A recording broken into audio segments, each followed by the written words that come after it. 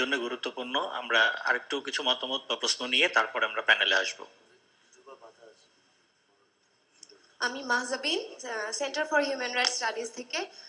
আমাদের অনেকগুলো কাজের মধ্যে একটা কাজ হচ্ছে কমিউনিটি রেডিও নিয়ে কাজ। তো কমিউনিটি রেডিও আমরা জানি যে ইয়াং জেনারেশন অ্যান্ড ইউথদের একটা পার্টিসিপেশনের খুব ইফেক্টিভ একটা টুল হচ্ছে কমিউনিটি রেডিও। এখানে health, education and community development নিয়ে কাজ হয়। তো আমরা যখনই কমিউনিটি রেডিও নিয়ে যারা কাজ করে, আমরা জানি যে কমিউনিটি পিপলদের দ্বারাই এটা ফান্ডেড অ্যান্ড সবকিছু। কিন্তু ইনফ্রাস্ট্রাকচারের জন্য প্রথমেই একটা সমস্যা ফেস করে সেই কমিউনিটি পিপল, কজ আমরা জানি যে ডোনারদের কাছে তখন যেতে হয়, কিন্তু এই বিদেশি ডোনারদের কাছে যাওয়ার চাইতে বাংলাদেশ সরকারের কোনো এরকম সহজ শর্তে লোনের কোনো ব্যবস্থা আছে কিনা। কারণ আমরা জানি যে কমিউনিটি রেডিওতে খুব স্বল্প একটা অ্যামাউন্ট দিয়েই আসলে ইনফ্রাস্ট্রাকচারটা হয়ে যায়, কিন্তু সেরকম কোনো সুবিধা আসলে আমরা এখন পর্যন্ত দেখতে পাচ্ছি না। তো সেরকম কোনো ব্যবস্থা আছে কিনা? ধন্যবাদ আপনাকে। I'm Nabira Rahman, the Vice President of UNICEF. My question is regarding Hijras, which is a minority population of Bangladesh, and a lot of social stigma is attached to them. Although they have been recognized as the third gender, I'm interested in knowing what other government initiatives may follow from the announcement. Like, do they have access to education and job opportunities? And also, on a side note, if in the next Young Bangla event, we will be able to see some more females in the panelists as well to ensure greater gender equality. Thank you. ধন্যবাদ। আমি একটু প্যানেলে ফেরত আসতে চাচ্ছি। আমি সময় হলে আমি আবার আপনাদের মাঝে আসবো। আমি একটু মাহিকে অনুরোধ করছি, আমাদের মাঝে ইঞ্জিনিয়ারিং স্টুডেন্ট অ্যাসোসিয়েশন অফ বাংলাদেশের জেনারেল সেক্রেটারি আছে। আমি টেকনোলজিক্যাল ডেভেলপমেন্ট প্লাস রোবোটিক্স নিয়ে আমরা যারা অনেক কিছু কাজের প্রশ্নও এসছে, আমি একটু মাহিকে অনুরোধ করছি কিছু বলার জন্য সংক্ষিপ্ত। ধন্যবাদ। আমি একটু শুরু থেকে বলি, যেটা হচ্ছে আমাদের দেশের ইকোনমিক যেই গ্রোথ, সেই গ্রোথটি কিন্তু শুরু হয়েছে, বা যে মূল চালিকা শক্তি সেটা কিন্তু কৃষক এবং রেডিমেড গার্মেন্টস ইন্ডাস্ট্রি শ্রমিকদের দ্বারা। এবং যেই মুহূর্ত থেকে আমরা ডিজিটাল বাংলাদেশ টার্মটি প্রবর্তন করেছি, ঠিক সেই মুহূর্ত থেকে আমাদের এই দুই যোদ্ধার পাশে আরেক যোদ্ধা তৈরি হয়েছে, যারা বাংলাদেশের ইকোনমিক গ্রোথকে আরো ত্বরান্বিত করতে পারবেন। তো আসলে এই ডিজিটাল বাংলাদেশ শব্দটি আসার পরেই কিন্তু আমরা সেই স্বপ্ন দেখতে শুরু করেছি যে টেকনোলজি দিয়ে আমরা বাংলাদেশের অর্থনৈতিক অগ্রযাত্রায় খুব গুরুত্বপূর্ণ অবদান রাখতে পারবো। তো আমার মনে হয় যে আমাদের দেশের যে পরবর্তী বিপ্লব ঘটাতে হলে সেটি টেকনোলজি দিয়েই ঘটাতে হবে। আরেকটা জিনিস যেটা বলতে চাচ্ছি, আমাদের দেশে প্রচুর ইঞ্জিনিয়ারিং স্টুডেন্ট নানান রকম ইনোভেশন নিয়ে কাজ করে থাকেন। একদম এই যে কিছুক্ষণ আগে এক ভিন্নভাবে সক্ষম এক ব্যক্তি, আমরা কিন্তু এখন আর প্রতিবন্ধী শব্দটি ব্যবহার করি না, আমরা ভিন্নভাবে সক্ষম ব্যক্তি বলি। এবং এই ভিন্নভাবে সক্ষম ব্যক্তিদের জন্য আমাদের প্রকৌশল বিশ্ববিদ্যালয়গুলোতে প্রায় নতুন নতুন টেকনোলজি উদ্ভাবন হয়ে আসছে। কিছুদিন আগে ব্রেইল পদ্ধতি নিয়ে বেশ কয়েকটি দারুণ প্রজেক্ট এসছে। তারপরে আমাদের engineering students association of Bangladesh 2013 সালে ভিন্নভাবে সক্ষম ব্যক্তিরা যাতে পাবলিক ট্রান্সপোর্ট অ্যাক্সেস করতে পারে, তার জন্য universal access in public transport একটি ডিজাইন কন্টেস্ট অ্যারেঞ্জ করে, যেটি mechanical design, mechanical exterior and interior design নিয়ে কাজ করে, এবং সেটা এশিয়ার লার্জেস্ট ডিজাইন কন্টেস্ট ছিল। তো সেখান থেকে আমরা কিন্তু অলরেডি ইনোভেশনটা আমরা ইনভেন্ট করেছি। পাবলিক বাসে কিভাবে একজন ভিন্নভাবে সক্ষম ব্যক্তি অ্যাক্সেস করবেন, সেই ডিজাইনটি কিন্তু আমাদের আছে। সেই প্রথম সারির 3টি ডিজাইন আমরা ইতিমধ্যে বিআরটিসির চেয়ারম্যান মহোদয়ের কাছে হস্তান্তর করেছি, এবং উনি আশ্বাস দিয়েছিলেন যে এটি বাস্তবায়িত হবে। কিন্তু মানে এটি যে কেন এখনো হচ্ছে না, প্রায় 1.5 বছর হয়ে গেছে। তো আমি অনুরোধ করব ইয়ং বাংলা প্ল্যাটফর্মকে যে এই বিষয়টি আরেকটু যাতে ত্বরান্বিত করা হয়। আরেকটি ব্যাপার আমি না বললেই না, কিছুদিন ধরেই বাংলাদেশের রোবোটিক্স প্লাস হচ্ছে আমরা ড্রোন বলে থাকি, বাট ড্রোন না, হোভার, এই ডিভাইসগুলি খুব ভালোভাবে আমাদের চোখে পড়ছে। তো এই যে একটা বিপ্লব, নীরব বিপ্লব ঘটে যাচ্ছে যে প্রকৌশল বিশ্ববিদ্যালয়গুলোতে, এই বিপ্লব কিন্তু শুরু হয়েছে অনেক আগে থেকে, এবং এই বিপ্লব কিন্তু এখন বাংলাদেশের সামাজিক সমস্যাগুলো সমাধানের কাছাকাছি চলে আসছে।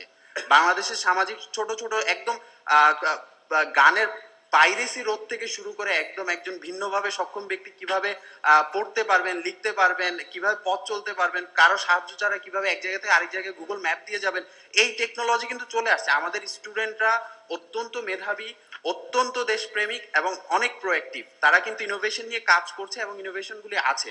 তো আমরা ইয়ং বাংলা থেকে এই ইনোভেশনগুলি অবশ্যই প্রমোট করব, এবং কারো যদি এরকম ইনোভেশন থাকে আমাদেরকে অবশ্যই জানাবেন, আমরা চেষ্টা করব যতটা সম্ভব এই জিনিসগুলোকে আমরা প্রমোট করব।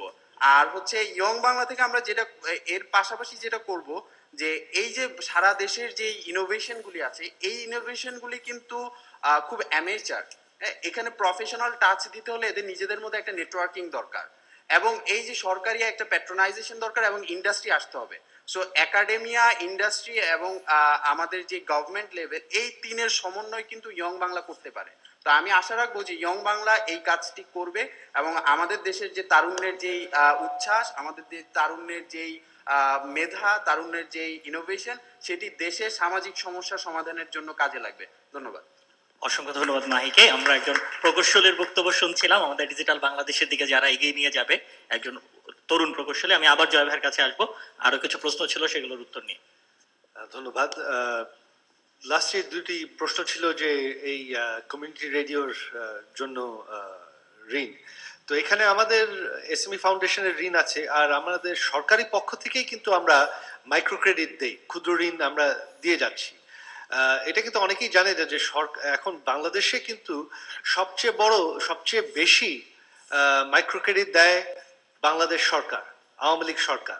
গত 5 বছরে আমরা 270 কোটি টাকা মাইক্রো ঋণ দিয়েছি। তো এখান থেকে কিন্তু আপনারা এই কমিউনিটি রেডি বলেন বা আপনাদের যে কোনো উদ্যোগের জন্য ঋণ নিতে পারেন। আর আপনি যে প্রশ্নটি করলেন হিজড়াদের ইকুয়াল রাইটস নিয়ে, তো আমাদের সরকারের বিভিন্ন ক্ষেত্রে বিভিন্ন কোটা আছে, হিজড়াদের জন্য কোনো কোটা নেই, তবে কারণ তাদেরকে আমরা হ্যান্ডিক্যাপ মনে করি না, তারা সাধারণ সিটিজেন, আমাদের যত রাইটস আছে ইকুয়াল রাইটস আছে, তাদেরকে আমরা ইকুয়াল ধরি। তো এই ক্ষেত্রে আমাদের কোনো সন্দেহ নেই আমাদের সরকারের। ধন্যবাদ। আমরা আবার একটু মতামতে যাব, অডিয়েন্সে যাব। আমি একটু এখানে একজন কোশ্চেন করতে যাচ্ছি, নিচ্ছি। ধন্যবাদ।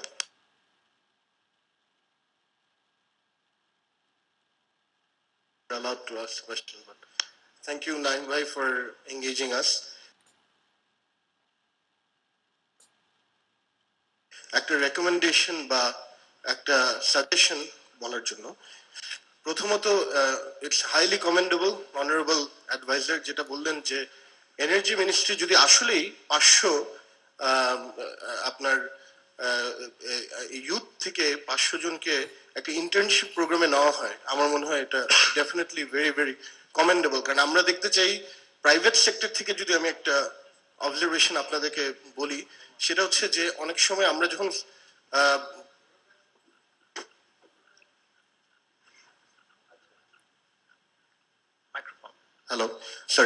আমরা যখন ব্যুরোক্র্যাটসদের সাথে কাজ করি, তখন কিন্তু আমরা প্রাইভেট সেক্টর থেকে আমরা বলবো না যে ডিসকারেজড হই, তবে অনেক সময় দেখা যায় যে আমাদের ভিশন ইজ নট অ্যালাইন। তো উই ওয়ান্ট যে শিক্ষিত ঘরের ছেলেমেয়েরা সিভিল সার্ভিসে জয়েন করবে। আর আমার সাজেশন,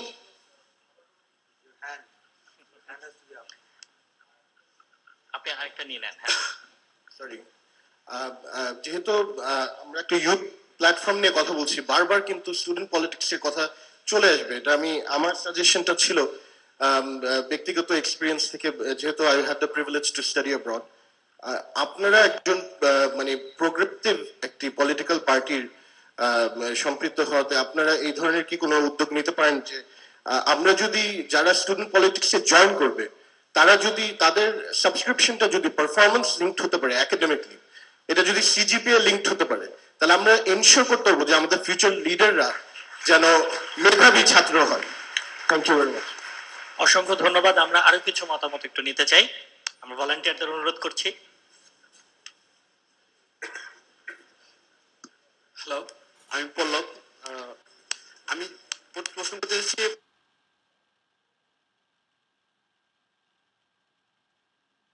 আমাদের ছাত্রদের শেখানো হয় যে পাইরেটেড সফটওয়্যার ইউজ করো এই জিনিস, কিন্তু আমি চাচ্ছি যে ইয়ং বাংলা এই প্ল্যাটফর্মটা এই পাইরেসি দিয়ে ডিজিটাল বাংলাদেশ গড়ার জন্য এই পাইরেসিটাকে কতটুকু দমাতে পারবে এবং দমানোর জন্য তাদের কি কি পদক্ষেপ নেবে, কি কি পদক্ষেপ আছে সেটা জানতে চাই। ধন্যবাদ।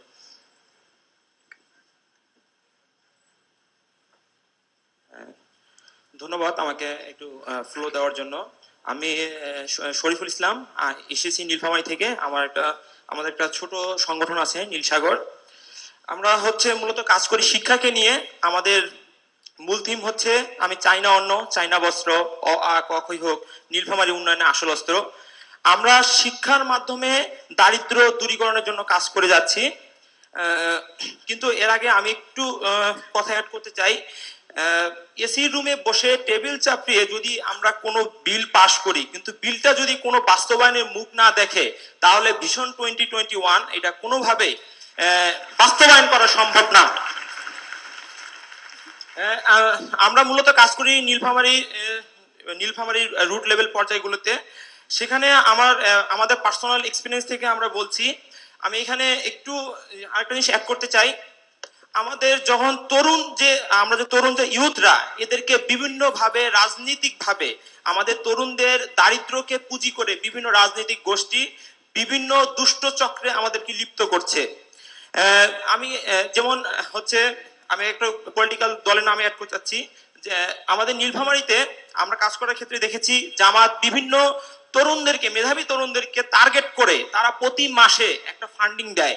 তারা দারিদ্র্যকে পুঁজি করে বিভিন্ন ভাবে তারা দুষ্ট চক্রে তারা নিয়োজিত করে, দুষ্ট রাজনীতি খেলায় নিয়োজিত করে। কিন্তু আমি মিনিস্টার অফ এডুকেশনকে আমি অনুরোধ বা সাজেস্ট করতে চাচ্ছি আমাদের পক্ষ থেকে, এটা হচ্ছে শিক্ষা ব্যবস্থাকে কমপক্ষে উচ্চ মাধ্যমিক পর্যন্ত সবার জন্য ফ্রি করা যায় কিনা, বিশেষ করে বই।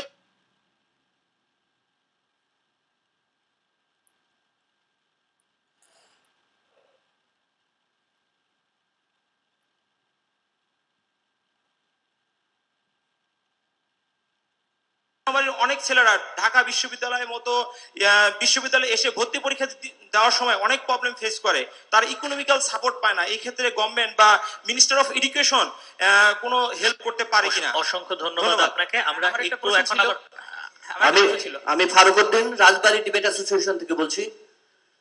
আচ্ছা, আমি বলতে চাচ্ছি যেটি বর্তমানে বাংলাদেশের মেধাবী প্রজন্ম রাজনীতি বিমুখ হয়ে যাচ্ছে। রাজনীতিমুখী করার জন্য আমাদের এই ইয়াং বাংলা আমাদের কি কাজ করতে পারে সেই ব্যাপারে একটু আপনাদের কাছ থেকে শুনতে চাচ্ছি। আরেকটি বিষয় হচ্ছে আমাদের মাদ্রাসা শিক্ষা এবং মাদ্রাসা শিক্ষায় যে ব্যাপারটি হয় সেটা হচ্ছে বিজ্ঞানমুখী এবং মৌলবাদী শিক্ষাটা বিজ্ঞান বিমুখী এবং মৌলবাদী শিক্ষা হয়। এই মাদ্রাসা শিক্ষাতে কিভাবে বিজ্ঞানমুখী করা যায় এবং এদেরকে কিভাবে মৌলবাদী দূর করা যায় মাদ্রাসা শিক্ষা হতে, সেই ব্যাপারে আমাদের ইয়াং বাংলা কি কাজ করতে পারে এই ব্যাপারে আপনাদের সুনির্দিষ্ট মতামত জানতে চাচ্ছি। ধন্যবাদ সবাইকে। অসংখ্য ধন্যবাদ। আমি একটু প্যানেলে চলে আসতে যাচ্ছি, একদম শেষ, আপনি শেষ বলুন। আমি সোহানুর রহমান, আমি বাংলাদেশ চাইল্ড পার্লামেন্টের ল মিনিস্টার। আমার যে কথাটা বলার থাকবে, আমাদের তিনটা জিনিস দরকার। একটা হচ্ছে এম্পাওয়ারমেন্ট, ক্যাপাসিটি বিল্ডিং, আরেকটা দরকার এমপ্লয়মেন্ট, আরেকটা হচ্ছে এন্টারপ্রেনিউরশিপ। আর এর জন্য দরকার Bangladesh youth parliament, youth friendly policy will sustainable democracy. এবং আমার আরেকটি বিষয় থাকবে, আজকে অনেকগুলো মন্ত্রণালয়ের কথা বলা হয়েছে এবং আমি বলতে চাই যে এখানে বলা হয়েছে তরুণদের ইতিবাচক বিষয়গুলো মিডিয়ায় আসছে না, গভর্নমেন্টেরও কিছু মিডিয়া উইংস আছে, বাংলাদেশ টেলিভিশন, বাংলাদেশ বেতার, বাংলাদেশ সংবাদ সংস্থা, সেইগুলো কোথায়? আজকে তারা তো আজকে আমাদের সাপোর্ট করতে পারতো। আজকে 71 টিভি অথবা ইন্ডিপেন্ডেন্ট আছে টেলিকাস্ট করছে, আজকে বাংলাদেশ টেলিভিশন কোথায়? আজকে বাংলাদেশ বেতার কোথায়? আমার বাংলাদেশ বিটিভি টেলিকাস্ট করছে। এবং আমার দাবি থাকবে তাদের সেই মিডিয়াগুলোতে আমাদের ইতিবাচক বিষয়গুলো তুলে ধরা। এবং আজকে আমি জনাব সজীবওয়াজ জয়ের মাধ্যমে আমি বলতে চাই যে আমাদের ল মিনিস্ট্রিকেও দরকার। আমাদের সেই ইয়ুথ যে পলিসি, আমরা চাই বাংলাদেশ যুব সংসদ ইউকের মতো, ভারতের মতো বাংলাদেশের যুব সংসদ হবে এবং তার ঘোষণা চাচ্ছি। ধন্যবাদ সবাই। অসংখ্য ধন্যবাদ আপনাকে। আমরা একটু প্যানেলে চলে আসবো। আমি আগে একটু জয় ভাইকে অনুরোধ করছি। ধন্যবাদ। এখানে একটা থিম আমি দেখছি, সেটা হচ্ছে যে আসলে আমি বলবো ল্যাক অফ ইনফরমেশন। কারণ আপনারা যে অনেকগুলো বিষয় বলছেন, এখানে এত কিছু হয়ে গেছে আর বাস্তব কি আপনারা কিন্তু না জেনে, না দেখে, না খোঁজ নিয়ে বলছেন। যেমন আমি শুরু করি, এই যে ছাত্রলীগ নিয়ে প্রশ্ন করেছেন, এখন আপনি বলেছেন আপনি বিদেশে পড়ালেখা করেছেন। আমি সেখান থেকে ধারণা করছি যে আপনি কিন্তু ছাত্রলীগের সাথে সেরকম ইন্টারাকশন করেননি। তো আপনি হয়তো জানেন না যে ছাত্রলীগে কিন্তু আমরা আওয়ামী লীগ অনেক আগে থেকেই অনেক নিয়ম সেট করে দিয়েছি। ছাত্রলীগের যোগ দিতে হলে 29 বছরের বেশি বয়স হতে পারবে না। ছাত্রলীগে যোগ দিতে হলে ছাত্র হতে হবে, অ্যাক্টিভ ছাত্র। ছাত্রলীগে কমিটি মেম্বার বা লিডারশিপে আসতে হলে একটা মিনিমাম জিপিএ মেনটেন করতে হবে, এগুলো অলরেডি সেট করা আছে। মিডিয়া অবশ্য সেগুলো খবর দেয় না, কারণ ওই কোথায় মারপিট হয়েছে ওটা করলে তাদের পেপার একটু বেশি বেচা হয়। তো এই ল্যাক অফ যেমন আপনি এই যে ধরেন এম্পাওয়ারমেন্ট নিয়ে বলেছেন, মাদ্রাসা কারিকুলাম নিয়ে বলেছেন, জামাতের ফান্ডিং নিয়ে বলেছেন। তো এখানে আপনারা অনেকেই একটু খেয়াল করে দেখেন, আমাদের প্রধানমন্ত্রীর কার্যালয়ের ফান্ডিং এর যে বিষয়টা, প্রধানমন্ত্রীর কার্যালয় 1000 কোটি টাকার ফান্ড আছে এডুকেশনের জন্য, এডুকেশন ট্রাস্ট, সেটা বিতরণ হচ্ছে প্রতি বছর। আমাদের আমরা এই যে ছাত্রছাত্রীদের যে টাকা দেওয়ার বিষয়, প্রতি বছর আমরা কোটি কোটি ছাত্রছাত্রীদের স্কুলে খাবার দিচ্ছি, তাদের ফ্যামিলিদেরকে আমরা সরাসরি স্টাইপেন্ড দিচ্ছি ছেলে মেয়েদের স্কুলে রাখার জন্য। এটা আওয়ামী লীগ সরকার করছে। কোটি কোটি পরিবারদেরকে আমরা সরাসরি টাকা দিচ্ছি প্রত্যেক বছর এডুকেশনের জন্য। জামাত যা দেয় তার চেয়ে অনেক বেশি দিচ্ছি আমাদের আওয়ামী লীগ সরকার।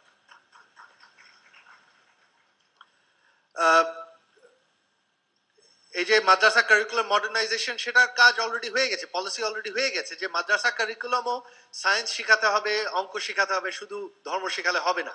একটা মিনিমাম কারিকুলাম আমরা এটা গত টার্মেই আমরা সেট করে দিয়েছি। তো এখানে যে সমস্যাটা আবার হলো প্রচারের। এখানে একটি কথা বলবো আমি, মার্কিন যুক্তরাষ্ট্রের একজন মহান প্রেসিডেন্ট, তার নাম আপনারা সবাই শুনেছেন, এব্রাহাম লিঙ্কন। তিনি কিন্তু একটি কথা বলেছেন, তোমরা যা পড়বা তার অর্ধেক বিশ্বাস করবা, যা শুনবা তার একটুও বিশ্বাস করবা না। সেটা হচ্ছে বাস্তব। আমি আপনাদেরকে সরাসরি যদি বলি, বাংলাদেশের খবরের কাগজ, আর বাংলাদেশে না যে কোনো দেশের খবরের কাগজে যেসব পড়ি, অর্ধেক কিন্তু সম্পূর্ণ ভুল, সম্পূর্ণ ভুল।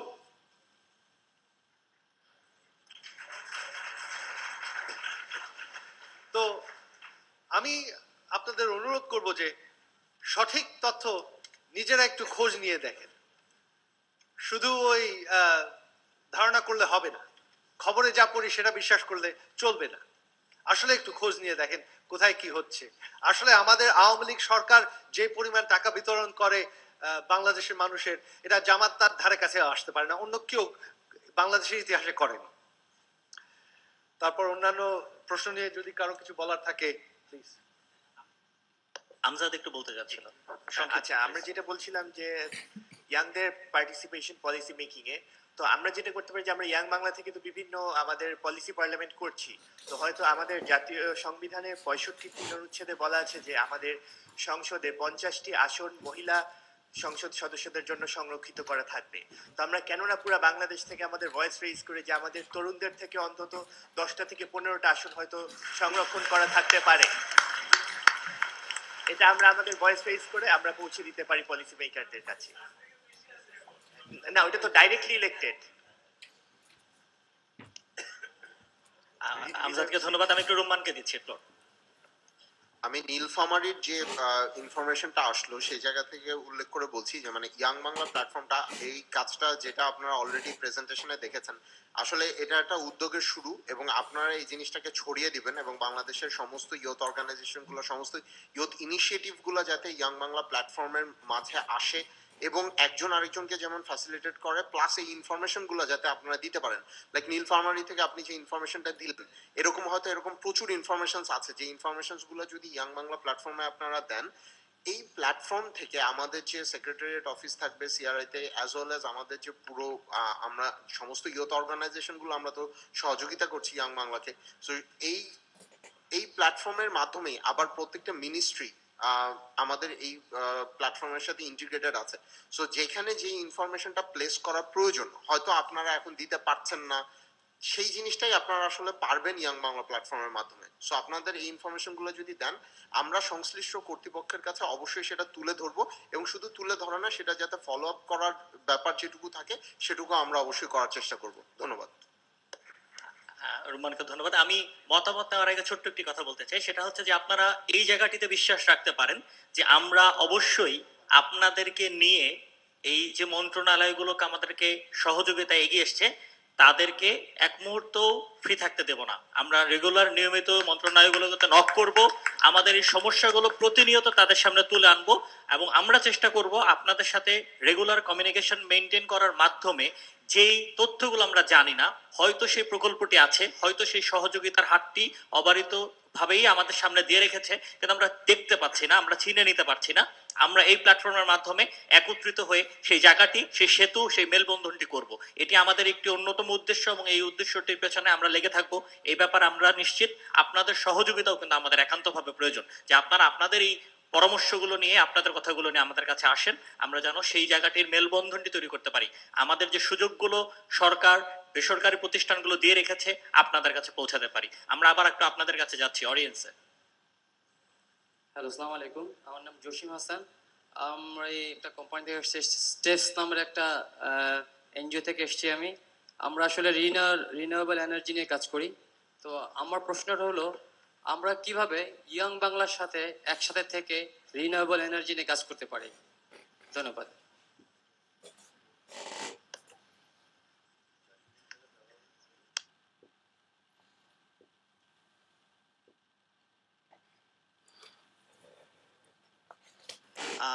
একটি ব্যাপার আমরা সবসময় শুনে থাকি, সেটি হচ্ছে ঈশ্বর থাকেন ভদ্রপল্লীতে। ঈশ্বর থাকেন কিনা জানি না, তবে ভদ্রপল্লী তথা শহরে গ্রামের তুলনায় আনুপাতিক হারে অনেক বেশি শিক্ষিত মানুষ থাকেন আমরা জানি। কিন্তু একটু খেয়াল করে দেখুন, পুরো বাংলাদেশের মধ্যে যত সৌন্দর্য সব হচ্ছে গ্রামের মধ্যে, আর যত অপরিষ্কার অপরিচ্ছন্ন সব হচ্ছে শহরের মধ্যে। অর্থাৎ আমরা আমাদের দেশটাকে, আমাদের শহরটাকে অনেক বেশি অপরিষ্কার করে রেখেছি। জয় ভাইয়ের কাছে আমার প্রশ্নটা, সেটা হচ্ছে বর্তমান সরকার যখন ক্ষমতা এসেছিল একটি বাজওয়ার্ড সবার মধ্যে ছড়িয়ে দিয়েছিল, সেটা হচ্ছে ডিজিটাল বাংলাদেশ। আমরা কি ইয়াং বাংলা প্ল্যাটফর্মে এমন একটি কাজ করতে পারি না, সবার মধ্যে আরেকটি শব্দ ছড়িয়ে দিব, সেটা হচ্ছে ক্লিন বাংলাদেশ বা পরিষ্কার বাংলাদেশ, যেটা এবং যে শব্দটির মাধ্যমে আমরা আগামীতে কয়েক বছর পর খুব সুন্দর ঝকঝক একটি সুন্দর বাংলাদেশ দেখব। ধন্যবাদ সবাইকে। আসসালামু আলাইকুম।